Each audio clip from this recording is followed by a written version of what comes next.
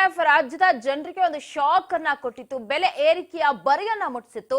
ಇಂದು ಮಧ್ಯಾಹ್ನದಿಂದ ಹಾಲಿನ ದರ ಏರಿಕೆಯಾಗುತ್ತೆ, ಅದು ಕನ್ಫರ್ಮ್. 2 ರೂಪಾಯಿ ಹೆಚ್ಚಿಗೆ ಮಾಡ್ತೀವಿ ಅಂತ ಹೇಳಿದ್ರು.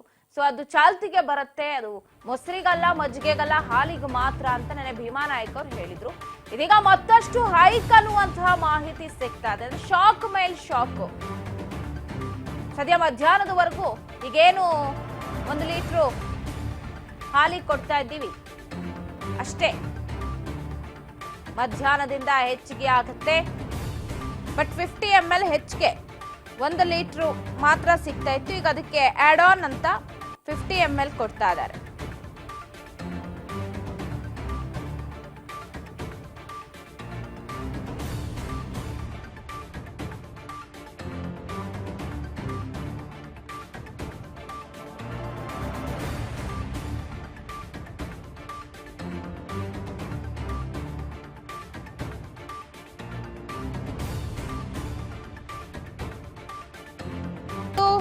ಲೀಟರ್ ಹಾಲಿಗೆ 50 ಮಿಲಿ ಅಷ್ಟೇ ಹೆಚ್ಚು ಮಾಡಿ, ಅದರ ಜೊತೆಗೆ 2 ರೂಪಾಯಿ ಹಾಲಿನ ರೇಟ್ ಅನ್ನ ಕೂಡ ಹೆಚ್ಚು ಮಾಡಿದ್ರು.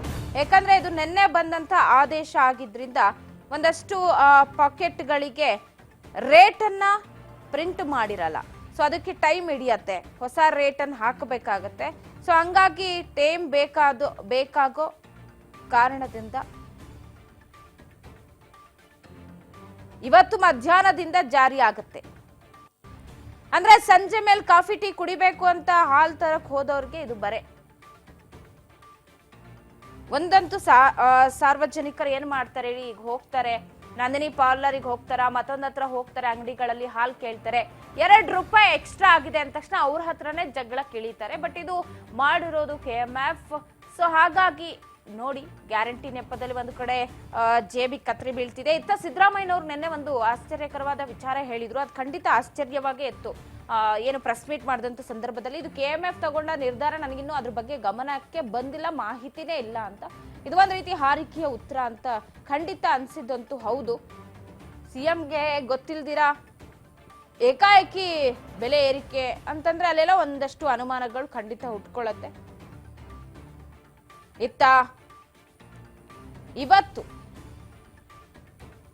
ಮಧ್ಯಾಹ್ನದಿಂದಲೇ ಹೈಕ್ ಆಗುತ್ತೆ. ಪೆಟ್ರೋಲ್ ಡೀಸೆಲ್ ಆಯ್ತು, ಈಗ ಹಾಲಿನ ರೇಟು ನೆಕ್ಸ್ಟ್ ಎಲ್ಲ ಒಂದಾದ್ಮೇಲೆ ಒಂದು ತರ ಎಲ್ಲದರ ರೇಟ್ ಕೂಡ ಹೆಚ್ಚಾಗತ್ತೆ, ನೋ ಡೌಟ್ ಅದರಲ್ಲಿ. ಸೊ ಇದಕ್ಕೊಂದಷ್ಟು ವಿರೋಧಗಳು ಕೂಡ ಇದೆ.